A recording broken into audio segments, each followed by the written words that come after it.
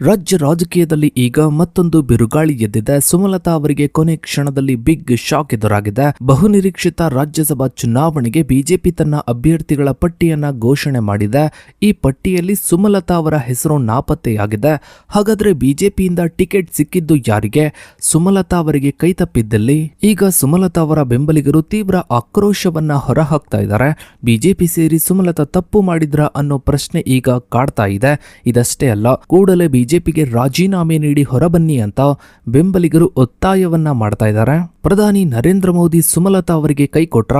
ಹಾಗಾದ್ರೆ ಬಿಜೆಪಿಯ ಈ ನಿರ್ಧಾರದ ಹಿಂದಿರೋ ಅಸಲಿ ಲೆಕ್ಕಾಚಾರ ಏನು? ಸುಮಲತಾ ಅವರ ಮುಂದಿನ ನಡೆ ಏನು? ಬೆಂಬಲಿಗರ ಆಕ್ರೋಶಕ್ಕೆ ಸುಮಲತಾ ಅವರು ಹೇಗೆ ರಿಯಾಕ್ಟ್ ಮಾಡ್ತಾರೆ? ಇದರ ಬಗ್ಗೆನೇ ಒಂದು ವಿಶೇಷ ವರದಿ ಇದೆ, ಬನ್ನಿ ನೋಡ್ತಾ ಹೋಗೋಣ. ಸ್ನೇಹಿತರೆ, ಜೂನ್ 2026ರಲ್ಲಿ ಕರ್ನಾಟಕದ ರಾಜಕೀಯ ವಲಯದಲ್ಲಿ ತೀವ್ರ ಬೆಳವಣಿಗೆಗಳು ನಡೀತಾ ಇವೆ. ರಾಜ್ಯಸಭಾ ಚುನಾವಣೆಗೆ ಬಿಜೆಪಿ ತನ್ನ ಅಭ್ಯರ್ಥಿಯನ್ನ ಅಧಿಕೃತವಾಗಿ ಪ್ರಕಟಿಸಿದೆ. ಜೂನ್ 7, 2026 ಭಾನುವಾರ ರಾತ್ರಿ ಕೇಂದ್ರ ಚುನಾವಣಾ ಸಮಿತಿಯು ಕೈಗೊಂಡ ಅಂತಿಮ ನಿರ್ಧಾರವು ಮಂಡ್ಯದ ಮಾಜಿ ಸಂಸದೆ ಸುಮಲತಾ ಅವರಿಗೆ ಕೊನೆ ಕ್ಷಣದಲ್ಲಿ ಭಾರೀ ರಾಜಕೀಯ ಆಘಾತವನ್ನ ನೀಡಿದೆ. ದೀರ್ಘಕಾಲದಿಂದ ಈ ಸ್ಥಾನದ ಪ್ರಮುಖ ಆಕಾಂಕ್ಷಿಯಾಗಿದ್ದ ಸುಮಲತಾ ಅವರಿಗೆ ಟಿಕೆಟ್ ಅನ್ನ ನಿರಾಕರಿಸಿ ಪಕ್ಷದ ನಿಷ್ಠಾವಂತ ಸಂಘಟನಾ ಕಾರ್ಯಾಧ್ಯಕ್ಷರಾಗಿದ್ದ ಹಾಗೂ ಆರ್ಎಸ್ಎಸ್ ಹಿನ್ನೆಲೆಯ ಪ್ರೊಫೆಸರ್ ಎಂ ನಾಗರಾಜ್ ಅವರಿಗೆ ಬಿಜೆಪಿ ಟಿಕೆಟ್ ನೀಡಿದೆ. ನಾಮಪತ್ರ ಸಲ್ಲಿಕೆ ಜೂನ್ 8 ಅಂದ್ರೆ ಇವತ್ತು ಸೋಮವಾರ ಮಧ್ಯಾಹ್ನ 3 ಗಂಟೆಯ ಅಂತಿಮ ಗಡುವು ಇದ್ದಿದ್ದರಿಂದ ಕೊನೆ ಕ್ಷಣದವರೆಗೂ ತೀವ್ರ ಕುತೂಹಲ ಮೂಡಿಸಿದ್ದ ಈ ರಾಜಕೀಯ ಹಗ್ಗಜಗ್ಗಾಟವು ಅಂತಿಮವಾಗಿ ಸುಮಲತಾ ಅವರ ಆಕಾಂಕ್ಷೆಗಳಿಗೆ ತಣ್ಣೀರೆರಚಿದೆ.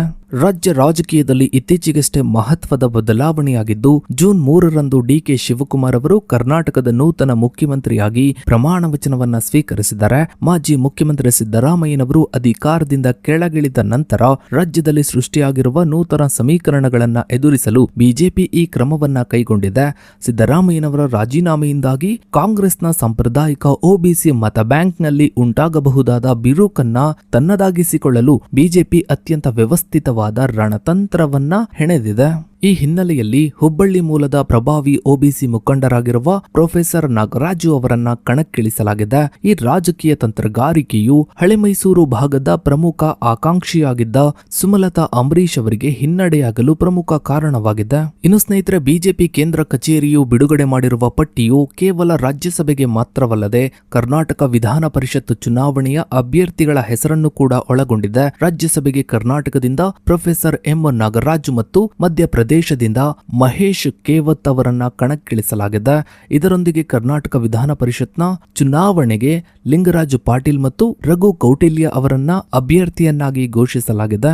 ಸುಮಲತಾ ಅಂಬರೀಶ್ ಅವರ ಬೆಂಬಲಿಗರು ಒಂದು ವೇಳೆ ರಾಜ್ಯಸಭಾ ಟಿಕೆಟ್ ಕೈತಪ್ಪಿದ್ರೆ ಕನಿಷ್ಠ ಪಕ್ಷ ವಿಧಾನ ಪರಿಷತ್ ಸ್ಥಾನಕ್ಕಾದ್ರೂ ತಮ್ಮ ನಾಯಕಿಯನ್ನ ಪರಿಗಣಿಸಬಹುದು ಎಂಬ ನಿರೀಕ್ಷೆಯಲ್ಲಿದ್ರು. ಆದ್ರೆ ಬಿಜೆಪಿ ಹೈಕಮಾಂಡ್ ಎರಡೂ ಪಟ್ಟಿಗಳಿಂದ ಸುಮಲತಾ ಅವರ ಹೆಸರನ್ನ ಕೈಬಿಟ್ಟಿರುವುದು ಇವರ ಬೆಂಬಲಿಗರ ಆಕ್ರೋಶಕ್ಕೆ ಕಾರಣವಾಗಿದೆ. ಇನ್ನು ಸ್ನೇಹಿತರೆ, ರಾಜ್ಯಸಭಾ ಅಭ್ಯರ್ಥಿಯಾಗಿ ಘೋಷಿತವಾಗಿರುವ ಪ್ರೊಫೆಸರ್ ಎಂ ನಾಗರಾಜು ಅವರು ಯಾವುದೇ ವಿವಾದಗಳಿಲ್ಲದ ಸೌಮ್ಯ ಸ್ವಭಾವದ ಮತ್ತು ತಳಮಟ್ಟದ ಸಂಘಟನಾತ್ಮಕ ಹಿನ್ನೆಲೆಯಿಂದ ಬಂದವರಾಗಿದ್ದಾರೆ. ವಿದ್ಯಾರ್ಥಿಯಾಗಿದ್ದಾಗಲೇ ಆರ್ಎಸ್ಎಸ್ ಸ್ವಯಂ ಸೇವಕರಾಗಿ ಕಾರ್ಯನಿರ್ವಹಿಸಿದ ನಾಗರಾಜು ಅವರು ಪಕ್ಷದ ಸಿದ್ಧಾಂತಕ್ಕೆ ಪೂರ್ಣ ಬದ್ಧರಾಗಿದ್ದಾರೆ.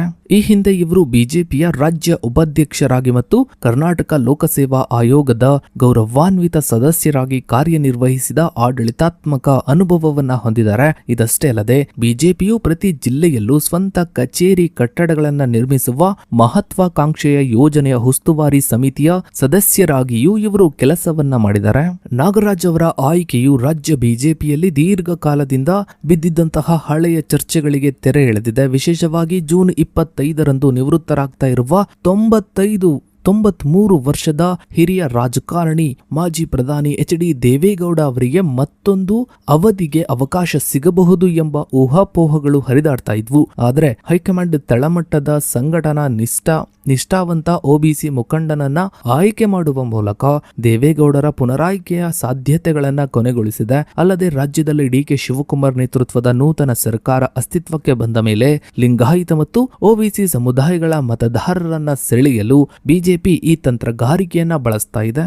ಇನ್ನು ಸ್ನೇಹಿತರೆ, ಅಂಬರೀಶ್ ಅವರ ಪತ್ನಿಯಾಗಿರುವ ಸುಮಲತಾ ಅವರು 2019 ಲೋಕಸಭಾ ಚುನಾವಣೆಯಲ್ಲಿ ಮಂಡ್ಯ ಲೋಕಸಭಾ ಕ್ಷೇತ್ರದಿಂದ ಪಕ್ಷೇತರ ಅಭ್ಯರ್ಥಿಯಾಗಿ ಕಣಕ್ಕಿಳಿದಿದ್ರು. ಇಡೀ ರಾಜ್ಯವೇ ಕುತೂಹಲದಿಂದ ವೀಕ್ಷಿಸಿದ್ದ ಆ ಹೈವೋಲ್ಟೇಜ್ ಚುನಾವಣೆಯಲ್ಲಿ ಅಂದಿನ ಮೈತ್ರಿಕೂಟದ ಅಭ್ಯರ್ಥಿ ನಿಖಿಲ್ ಕುಮಾರಸ್ವಾಮಿ ವಿರುದ್ಧ ಇವರು 1.25 ಲಕ್ಷಕ್ಕೂ ಅಧಿಕ ಮತಗಳ ಐತಿಹಾಸಿಕ ಅಂತರದಿಂದ ಭರ್ಜರಿ ಗೆಲುವನ್ನ ದಾಖಲಿಸಿದ್ರು. ಆ ಚುನಾವಣೆಯಲ್ಲಿ ಚಿತ್ರರಂಗದ ಪ್ರಮುಖ ನಟರಾದ ದರ್ಶನ್, ಯಶ್ ಮತ್ತು ನಿರ್ಮಾಪಕ ರಾಕ್ಲೈನ್ ವೆಂಕಟೇಶ್ ಅವರು ಸೇರಿದಂತೆ ಹಲವರ ಬೆಂಬಲದಿಂದ ಸುಮಲತಾ ಗೆದ್ದಿದ್ರು. ಸುಮಲತಾ ಅವರ ಗೆಲುವನ್ನ ಸುಲಭಗೊಳಿಸಲು ಅಂದು ಬಿಜೆಪಿ ಮಂಡ್ಯದಲ್ಲಿ ತನ್ನ ಅಭ್ಯರ್ಥಿಯನ್ನ ಕಣಕ್ಕಿಳಿಸದೆ ಪರೋಕ್ಷವಾಗಿ ಬೆಂಬಲಿಸಿತ್ತು. ಆದರೆ 2024 ಲೋಕಸಭಾ ಚುನಾವಣೆ ವೇಳೆಗೆ ರಾಜ್ಯದಲ್ಲಿ ಬಿಜೆಪಿ ಮತ್ತು ಜೆಡಿಎಸ್ ಮೈತ್ರಿಕೂಟ ಅಸ್ತಿತ್ವಕ್ಕೆ ಬಂದಾಗ ರಾಜಕೀಯ ಚಿತ್ರಣವೇ ಸಂಪೂರ್ಣವಾಗಿ ಬದಲಾಯಿತು. ಮಂಡ್ಯ ಕ್ಷೇತ್ರವನ್ನ ಮೈತ್ರಿ ಒಪ್ಪಂದದ ಪ್ರಕಾರ ಜೆಡಿಎಸ್ಗೆ ಬಿಟ್ಟು ಕೊಡಬೇಕಾಗಿ ಬಂದಿದ್ದರಿಂದ ಮಾಜಿ ಮುಖ್ಯಮಂತ್ರಿ ಎಚ್.ಡಿ. ಕುಮಾರಸ್ವಾಮಿ ಅವರು ಅಲ್ಲಿ ಸ್ಪರ್ಧಿಸಲು ನಿರ್ಧರಿಸಿದರು. ಈ ಸಂದರ್ಭದಲ್ಲಿ ಸುಮಲತಾ ಅವರಿಗೆ ತೀವ್ರ ಸಂಕಷ್ಟ ಎದುರಾಯಿತು. ಮಾರ್ಚ್ 29, 2024ರಂದು ಬಿಜೆಪಿಯ ರಾಜ್ಯ ಅಧ್ಯಕ್ಷ ಬಿ.ವೈ. ವಿಜಯೇಂದ್ರ ಅವರು ಸುಮಲತಾ ಅವರ ಮನೆಗೆ ಭೇಟಿ ನೀಡಿದ್ರು. ಮೈತ್ರಿ ಅಭ್ಯರ್ಥಿ ಕುಮಾರಸ್ವಾಮಿ ಅವರಿಗೆ ಬೆಂಬಲವನ್ನ ನೀಡುವಂತೆ ಕೋರಿದ್ರು. ಆ ಸಂದರ್ಭದಲ್ಲಿ ಭವಿಷ್ಯದಲ್ಲಿ ವಿಧಾನ ಪರಿಷತ್ ಅಥವಾ ರಾಜ್ಯಸಭೆಯ ಮೂಲಕ ಸೂಕ್ತ ಸ್ಥಾನಮಾನವನ್ನ ಕಲ್ಪಿಸುವುದಾಗಿ ಪಕ್ಷದ ರಾಷ್ಟ್ರೀಯ ನಾಯಕತ್ವದ ಪರವಾಗಿ ಭರವಸೆಯನ್ನ ನೀಡಲಾಗಿತ್ತು. ಬಿಜೆಪಿ ಹೈಕಮಾಂಡ್ ಸುಮಲತಾ ಅವರಿಗೆ ಬೆಂಗಳೂರು ಉತ್ತರ, ಚಿಕ್ಕಬಳ್ಳಾಪುರ ಮತ್ತು ಮೈಸೂರು ಕ್ಷೇತ್ರಗಳಿಂದ ಸ್ಪರ್ಧಿಸುವಂತೆ ಪ್ರಸ್ತಾಪಿಸಿತ್ತು. ಆದರೆ ಅಂಬರೀಶ್ ಕುಟುಂಬಕ್ಕೆ ಮಂಡ್ಯದ ಮೇಲಿದ್ದ ಅತಿಯಾದ ಭಾವನಾತ್ಮಕ ಒಲವಿನಿಂದಾಗಿ ಇವರು ಬೇರೆಲ್ಲೂ ಕೂಡ ಸ್ಪರ್ಧಿಸಲು ಒಪ್ಪಿಕೊಳ್ಳಿಲ್ಲ.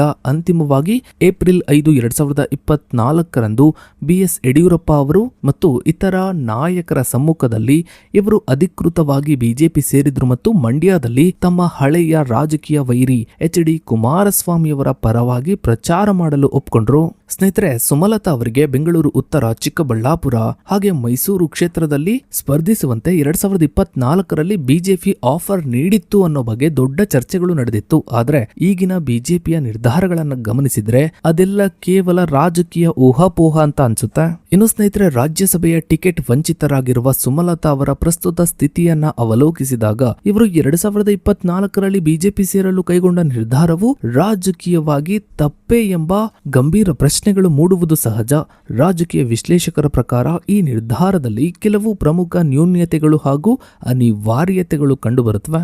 ಇನ್ನು ಸ್ನೇಹಿತರೆ, ಬಿಜೆಪಿ ಕೇಂದ್ರ ಸಮಿತಿಯು ಪ್ರೊಫೆಸರ್ ನಾಗರಾಜು ಅವರ ಹೆಸರನ್ನ ಅಂತಿಮಗೊಳಿಸ್ತಾ ಇದ್ದಂತೆ ಮಂಡ್ಯದಲ್ಲಿ ಸುಮಲತಾ ಅವರ ಅಭಿಮಾನಿಗಳು ಹಾಗೂ ಸ್ವಾಭಿಮಾನಿ ಪಡೆಯ ಕಾರ್ಯಕರ್ತರು ತೀವ್ರ ಆಕ್ರೋಶವನ್ನ ವ್ಯಕ್ತಪಡಿಸಿದ್ದಾರೆ. ಕಾಂಗ್ರೆಸ್ ಪಕ್ಷದ ಪ್ರಬಲ ಆಫರ್ಗಳನ್ನ ಬದಿಗುತ್ತಿ ಕೇವಲ ಬಿಜೆಪಿಯ ಹಿರಿಯ ನಾಯಕರ ಮಾತುಗಳನ್ನ ನಂಬಿ ಸುಮಲತಾ ಅವರು ದೊಡ್ಡ ತಪ್ಪನ್ನ ಮಾಡಿದ್ರು ಎಂದು ಅಭಿಮಾನಿಗಳು ಕಿಡಿಕಾರ್ತಾ ಇದ್ದಾರೆ. ಲೋಕಸಭಾ ಚುನಾವಣೆಯ ಟಿಕೆಟ್ ತ್ಯಾಗ ಮಾಡಿದ ನಂತರವೂ ಅವರಿಗೆ ವಿಧಾನ ಪರಿಷತ್ ಮತ್ತು ರಾಜ್ಯಸಭೆಯ 2 ಬಾಗಿಲುಗಳನ್ನು ಮುಚ್ಚಿರುವುದು ಅತ್ಯಂತ ಅನ್ಯಾಯದ ನಡೆ ಎಂದು ಬೆಂಬಲಿಗರು ಅಭಿಪ್ರಾಯವನ್ನ ವ್ಯಕ್ತಪಡಿಸ್ತಾ ಇದ್ದಾರೆ. ಇನ್ನು ಸ್ನೇಹಿತರೆ, ಸದ್ಯಕ್ಕಿರೋ ಮಾಹಿತಿಯ ಪ್ರಕಾರ ಹೊಸ ಮುಖ್ಯಮಂತ್ರಿ ಡಿ.ಕೆ. ಶಿವಕುಮಾರ್ ಅವರು ಹಾಗೆ ಜೆಡಿಎಸ್ನ ನಾಯಕ ಕುಮಾರಸ್ವಾಮಿ ಅವರು ಹಾಗೂ ಬಿಜೆಪಿ ಕೂಡ ಹಳೆಮೈಸೂರು ಭಾಗದಲ್ಲಿ ತಮ್ಮ ಪ್ರಭಾವವನ್ನ ಜಾಸ್ತಿ ಮಾಡಿಕೊಳ್ಳೋದಕ್ಕೆ, ಪಕ್ಷವನ್ನ ಮತ್ತೆ ಕಟ್ಟೋದಕ್ಕೆ ಹರಸಾಹಸವನ್ನ ಪಡ್ತಾ ಇವೆ.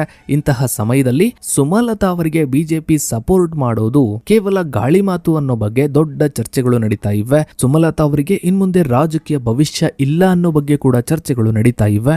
ಸೊ ಇದಾಗಿತ್ತು ಸ್ನೇಹಿತರೆ ಇವತ್ತಿನ ಈ ಒಂದು ವಿಡಿಯೋದ ಬಗ್ಗೆ ನಿಮ್ಮ ಅನಿಸಿಕೆ ಅಭಿಪ್ರಾಯಗಳನ್ನ ತಪ್ಪದೆ ಕಮೆಂಟ್ ಸೆಕ್ಷನ್ ಅಲ್ಲಿ ಕಮೆಂಟ್ ಮಾಡಿ. ಹಾಗೆ ವಿಡಿಯೋಗೊಂದು ಲೈಕ್ ಮಾಡ್ತಾ ವಿಡಿಯೋನ ಆದಷ್ಟು ಎಲ್ಲ ಕಡೆ ಶೇರ್ ಮಾಡಿ. ನೀವಿನ್ನು ನಮ್ಮ ಚಾನಲ್ಗೆ ಸಬ್ಸ್ಕ್ರೈಬ್ ಆಗಿಲ್ಲ ಅಂದ್ರೆ ಕೆಳಗಡೆ ಕಾಣ್ತಾ ಇರೋ ಸಬ್ಸ್ಕ್ರೈಬ್ ಅನ್ನ ಕ್ಲಿಕ್ ಮಾಡಿ. ಹಾಗೆ ಪಕ್ಕದಲ್ಲಿ ಕಾಣೋ ಬೆಲ್ ಐಕಾನ್ ಕೂಡ ಕ್ಲಿಕ್ ಮಾಡಿ. ಥ್ಯಾಂಕ್ಸ್.